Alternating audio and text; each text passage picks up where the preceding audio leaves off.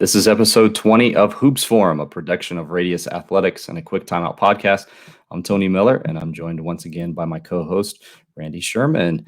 Before we get into today's talk, I want to give a big shout out, big thanks to 323 Sports for sponsoring Hoops Forum. It's camp season. Just finished up my first week of camp. Exciting week. Lots of little kids. I think they all went home happy and we didn't lose anybody. So it was a successful week from my standpoint. There's still some time if you want to get some camp t-shirt orders in. 323 Sports right now has a moisture management one color tee, only $6.99 a piece. You can order that by visiting 323sports.com or contact a sales rep, sales@323sports.com. They'll be sure to do it right for your sports program. Continuing today, our series on the impact of cognitive biases on our coaching. Last week, we talked about choice supportive bias and how we may sometimes either kind of exaggerate how great our decisions are or downplay how bad our decisions were. Is it accurate to say the crux of choice supportive bias is what's keeping us from moving on from a bad decision? Couldn't sum it up better myself. I would say we're displaying choice supportive bias if what's keeping us from moving on from a bad decision is just the fact that I made the decision, I want to save face and I don't want to look bad. Mm-hmm. We addressed some of the things that you can do to avoid those and kind of went detail into that last week. So if you want to listen to that full Hoops Forum, you can visit Radius Athletics YouTube page, or if you want to listen to the audio version, just search a quick timeout podcast. Today, though, our focus is on outcome bias. We teased this a little bit at the end of last week's episode. So let me just start very basically with that, Randy. Outcome bias, in your words, is what? Basing the quality of a decision on its outcome. We're going to talk a little bit more kind of detailed what that is. And I do want to start with relationship to that, how coaches, how that can pop up in our coaching. So where does outcome bias, not so much cognitive theory or cognitive bias like we talked about last week, which was a much broader topic, but for this outcome bias, where does this pop up in the conversations that you have with coaches? I think I'd say that it pops up when we fail to when we fail to really analyze our decisions as coaches in terms of situational relevance and quality, and we just sort of say a decision was good or bad, whether it worked or not. Mm-hmm. I think one thing that I look at a lot, I do it, you do it, a lot of content creators do it. They'll post a video of a play on Twitter, like a set or a certain action or a great possession or something, and they're wanting to show the tactics and all that, and I learn a lot from doing that and consuming that. But I have trained myself to watch a little closer though, and maybe watch for, okay, this play or this action or this offense, if you will, when we decided to post it or decided to uphold it to the share it with friends or whatever because of the favorable outcome that it got. Like, look at this awesome play! It got a basket or a shot for the team. I've trained myself. I have to remind myself to look at. I watch the defense. Like, okay, now let's watch.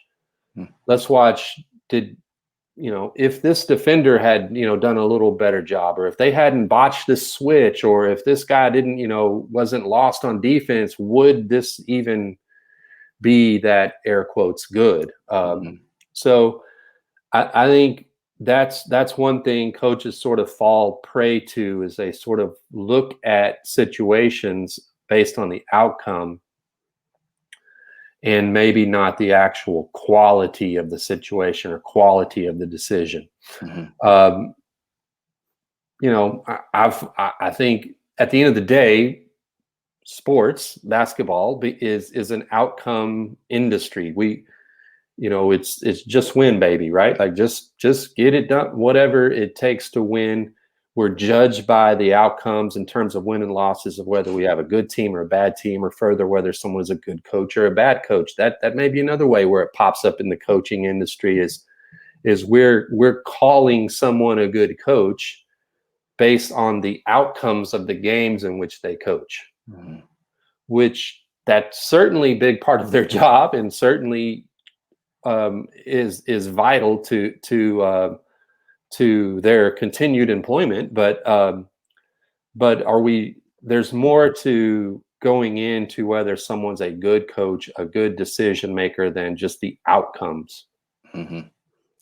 Going back to your first example, I have a perfect timing with this. I posted a play this week, probably the most popular play I've ever posted. Oh, I think it had like 100,000 views and like over 1,000 likes and retweets. And if you look at the play, to be honest with you, though, it was a really good action.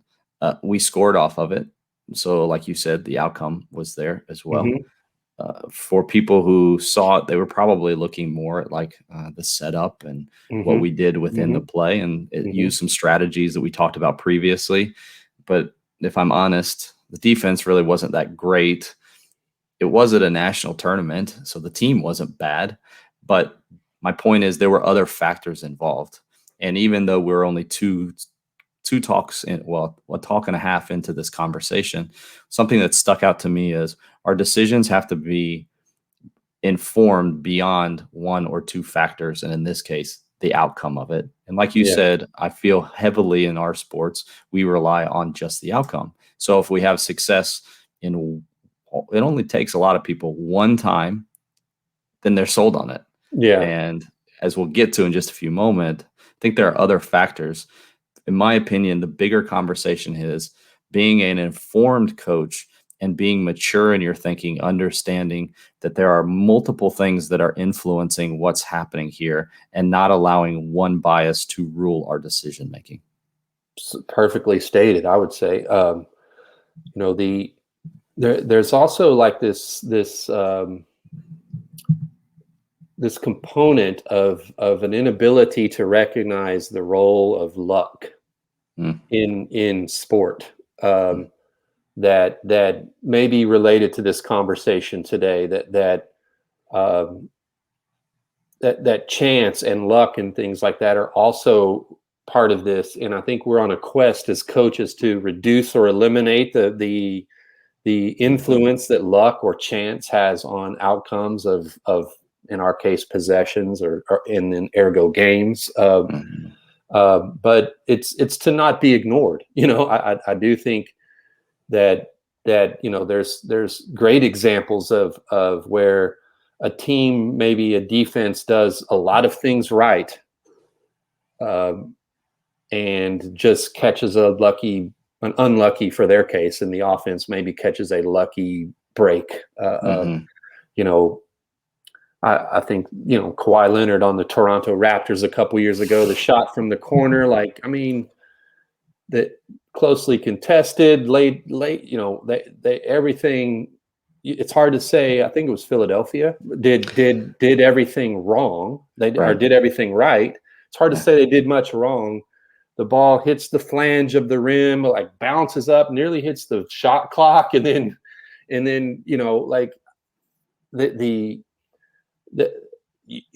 I think we're okay at recognizing it. Like when we watch sports as a fan, even coaches, I watch sports as a fan. I see like a Hail Mary pass in football, and I'm like, oh, that got deflected 3 times, and man, what a bad break. But I bet the coach is going through that and going, man, we got to work on our Hail Mary defense or something. Like we got to fix, because there's just this sort of inability to just chalk things up sometimes to chance, Yeah, especially for younger coaches. Like you just said, if you get beat by Hail Mary, then you're working on Hail Marys for 45 minutes of practice the next time.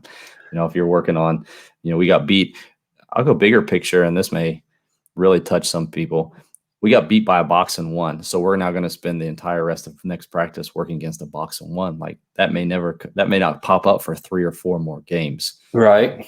And that could segue to another bias we might talk about later in this series, but I would call that action bias. But yeah, and that's real quick. That's probably something too that we should mention. A lot of these are woven Sure. one leads to the next one. Or I mean, this you're week's was a natural progression. It led from last week's, right? correct. And a lot of times, like we as humans are infallible. Like we're fallible. We make mistakes. We have we shop from the full menu of these when it comes to making thinking errors. So I would say so. So you already brought up the play. Let's talk about another area. Shot selection. This is another Oh great yeah. example, and this is one that you can talk further about. And I want to mention this one because it seems like our coaching staff is thinking about this time of year. I know throughout the year green light shooting, or what should we do to teach our players what's a good shot, what's a great shot, what's a whatever. So kind of go through the thought process of, with the example of shot selection, the wrong way to go about making a decision and maybe a better way of going about that in relationship to here outcome bias. Yeah. Okay. Awesome. I would say, let's go back to when you asked me at the very, very beginning, what in layman's terms or my terms would be the definition or a summary of what outcome bias is. And one that would be, my answer was basing the quality of a decision on its outcome, like alone, right? Like just we shot, it went in, that was good, missed, that was bad. Mm-hmm.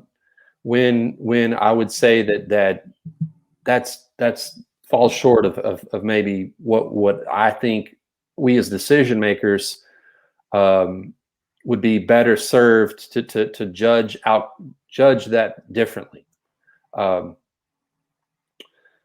I would say that one thing that I've encouraged the coaches I've worked with to do, that it helps them evaluate their execution of their offense. It helps them evaluate the understanding of their players of to what a good shot is, and that's to start maybe using a grading system. Some of these guys I work with have used some they've seen from PGC or other places. Some have sort of came up with their own homemade rubric for grading shot selection. But I would say that let's start to grade the decision to shoot and how it fits with sort of our pillars, our profile that we want to achieve as an offense, as a program, and grade it against that.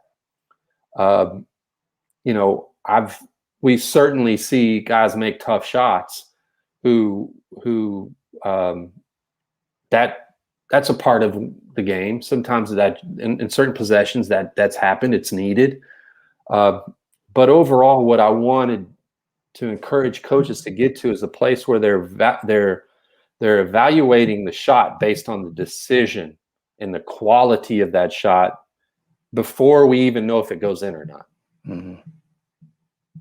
One way to do that, I know someone you're familiar with and someone I've read is Brian McCormick. Who wrote a book that's influenced a ton of coaches, including myself.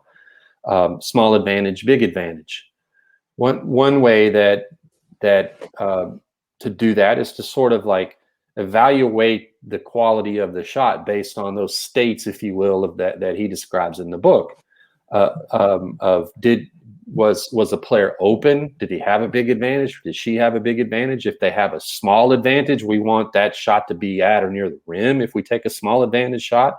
And we want to avoid neutral advantage shots where neither the offense nor the defense has the upper hand. It's just like maybe, I dribbled twice. I didn't beat my man. He's still right in front of me. I just take a pull-up shot over him. Those maybe late in the shot clock up against the buzzer or something like that where you don't have the option may be okay. But like those are situations we want to minimize. So basing a decision based on those advantage states is an idea that a lot of coaches are moving towards. I know, man, some of the coaches I work with have, I won't use the word elaborate, but very, very detailed ways that they're going about grading a shot, the decision.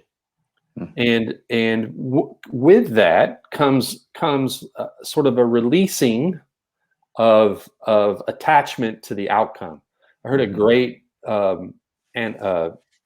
phrase from a coach here in Texas named Matt Saman, great guy. Coaches private school here in Texas, played at Baylor, really good coach. I learned this phrase from him: NATO, NATO, not attached to outcome. So that's where we need to maybe get to as coaches. Is like that's hard though, because like if we're checking all the boxes in terms of decision, yes, a player we drove, kicked it to a wide open player who's got space, time, they've got that big advantage state we're looking for, and we're taking those shots repeatedly and they're not going in. It's tough to just say, okay, well, great, that we're here to evaluate the decision, and that was a good one, so whatever. That's sort of a hard release to surrender to as a coach. If we've checked all the boxes up until the outcome, but the outcome's still not giving us what we want, that's sort of a hard, just sort of thing to surrender to. Yeah. Again, so many factors even that can influence the shooting, and whether a lot of times you're accounting for just even one side of the basketball, whereas there could be defensive factors going beyond even what you think, where my players are, the height of the players, the speed of a closeout. And I think that goes to the bigger picture that we've talked about, which I want to transition to here at the end. Our segment called Beyond the Scoreboard, we presented by our friends over at Sideline Interactive. By the way, Sideline Interactive got a board ordered from them. Super excited to get that in, get some pictures of it, show people what it can do, and tons of positives that go along with that. If you're interested in one of those, visit sidelineinteractive.com. Mention Hoops Forum. I'm sure they'll be excited to work with you. All right, I've heard kind of going beyond the scoreboard of what we've talked about to this point, and I want to talk about it for selfish reasons, because I'm going through this right now in our program. We're talking and discussing about this. The ultimate outcome, potential for outcome bias, is going back and looking at your previous season and looking at wins and losses, and the potential for you to just start coming to quick conclusions without analyzing what actually is happening. I'm kind of throwing you. This is a little bit unprepared, unplanned for. Okay. But as you go back and look at that, how can you avoid this in making big decisions for your program, even if it's the obvious? I mean, the obvious would be to spend some time evaluating granularly possessions, games, based on quality of the decision. I think being a skeptic would be how I would describe it. Like it would be, okay, we won. Okay, we made some shots in this game. I'm going to take that. I'm going to bathe in that. Like, wait, great job, guys. Like, I'm not going to, nitpick at wins in the moment. We're going to celebrate those as a program and as a team right now and move on. But in your reflection time, look back and almost approach success with the same amount of skepticism or scrutiny as you would failure, and ask yourself, okay, where we make if we can watch our opponent and go, oh, man, they made some freaking lucky shots. Well, we don't, don't we? Right? Like, don't. So go back and analyze, and let's. What I would want to get to as a team is where we're putting our opponent in dilemmas. I'll give you. Let's just take a tactical example. We talked about like watching a play and like going, okay, great play. Let me watch this. Tony just shared this great play. Let me watch this. I'm going to watch it and like, oh yeah, it was great. Let me watch it again. Wait, let me watch the defense. Did they, okay, well, if this guy wasn't out to lunch on defense, maybe this could have easily been stopped. I would say, let's take a small example of like a spread ball screen. Team, the whatever ball screen defense the team you're playing against employs briefly puts two players on the ball. Like maybe it's a trap or they go over and drop. So for a moment, there's a moment where that roller is unaccounted for. All right, and the coach who's coaching through his ball screen defense in preparation for your team,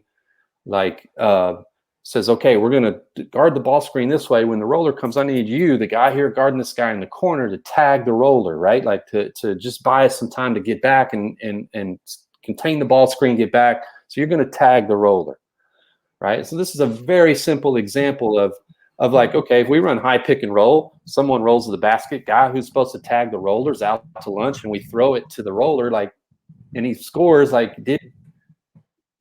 great screen, great decision by the passer, but like that's that's a botch by the defense, right? Mm-hmm.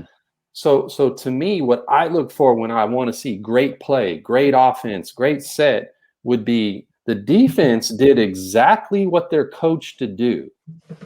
Like they followed it to the letter, right? Like we go ball screen, roll, the 2 on the ball, tag man leaves, and my guy shakes up, and we throw it back and hit the shake man and hit the 3 off the shake. That's good design. That's the team. Our opponent did what they're supposed to do. They didn't make a mistake. Coach is talking about, you got to tag, get in there, touch him, feel him. They did everything they're coached to do to the letter. A+ execution on their part. So their coach would have to evaluate their defense based not on the outcome. Like, okay, they did what they're coached to do.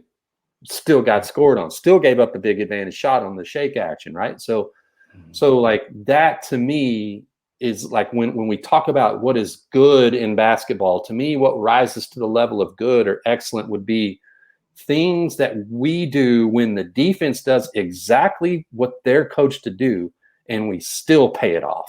Mm-hmm.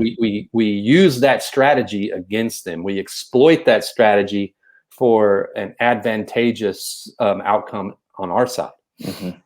I would too, as I looked back on our schedule, looking even like at opponents, and to your point of if they're doing what they're supposed to be doing and we're doing what we're supposed to be doing, I think there's a level of within that. There's a level of both are on par at optimal level. Like they're operating on an equal basis. Yes, and obviously talent level may vary slightly there, but to my point, be careful about even when we're playing maybe a much better opponent or a lesser opponent within what you just said.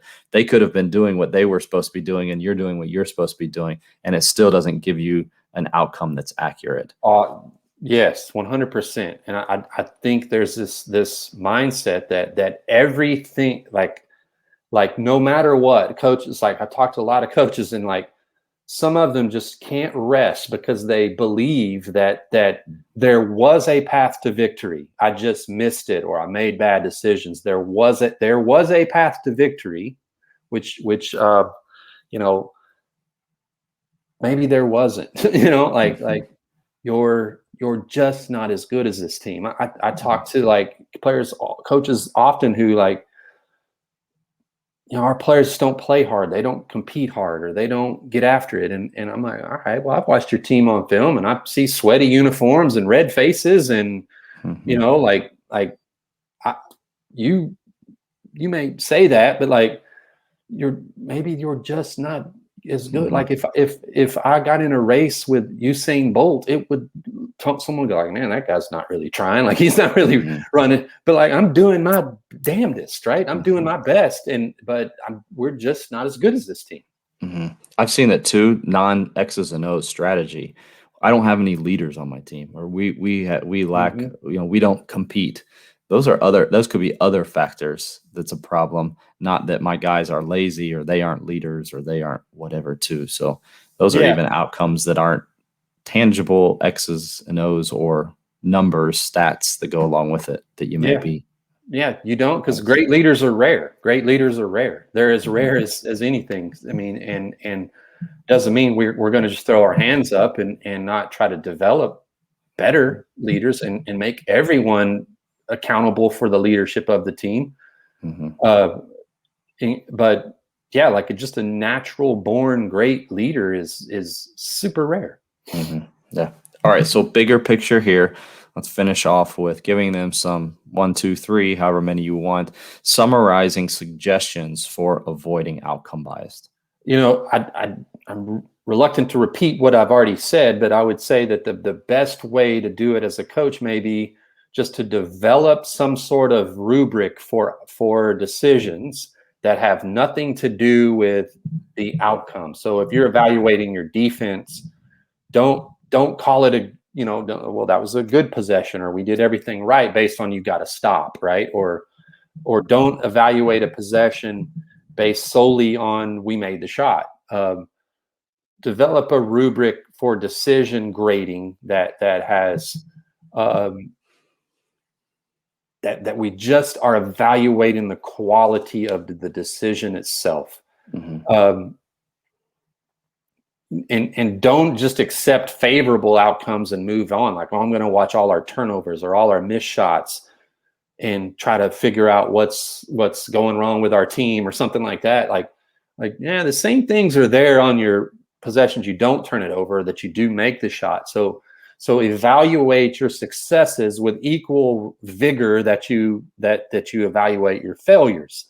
I would also, maybe for next steps, if you will, like further reading, recommend a couple of books by Annie Duke, who is a friend to sports. She's a behavioral psychologist who had a career as a professional poker player and decided to use some of these things that we're talking about to evaluate her card play, and making a decision to hold or check, or all of those things that go into that, based on some underpinning qualities of decision. She's got 2 books, one called Thinking in Bets, that I think the biggest takeaway from that to our discussion would be, we're all, as coaches, we're looking for something that has a certain outcome, right? Like certainty, like this will work. Like this will work always, right? Whereas in this book, Thinking in Bet, she advises that that's sort of the thinking area in of itself, that like that's not how you should think about decisions. You should think like, this will work 82% of the time, not 100, right? Or something like that. So think in odds and think in bets. Her most recent book is called How to Decide, which, and couldn't have a better title for this series we're doing, is like how to make decisions based less on emotion and gut and all of those things. So those are some next steps. She would be a much more qualified person to tell you how to avoid outcome bias, which she calls resulting. That's her phrase for it. Resulting, like, if you say, what a great defensive possession, you're resulting, that they just missed a wide open 3. It wasn't a great decision, like that you're resulting, you're calling it a great defensive possession based on the result. That's her term for outcome bias, if you will. So that would be some next steps I would offer. My one thought is, be careful about being solely a subjective coach, and be careful also about being solely an objective coach. Absolutely. I think because if you go straight to objective, then you probably can fall potentially more prey to outcome bias. If you go solely to subjective, you can still have outcome bias, because in the moment you're making a decision based off of what you just saw out on the floor, or what's happening in your program. And you're just wandering through coaching with a bunch of blind spots. Yeah. Right. So probably leading one way or the other. I'm finding out as you get older, being balanced is the way to go, not one way or the other. And hopefully that can help you avoid outcome bias. Appreciate all of you who have joined us this week. If you missed any part of the live show, you can go back and listen to or watch any part of it. Visit Radius Athletics on YouTube to see the full interview, or you can go to any podcast platform and search A Quick Timeout, and there you'll find the audio version of the show. Thanks for tuning in this week. We'll talk to you again next week on Hoops Forum.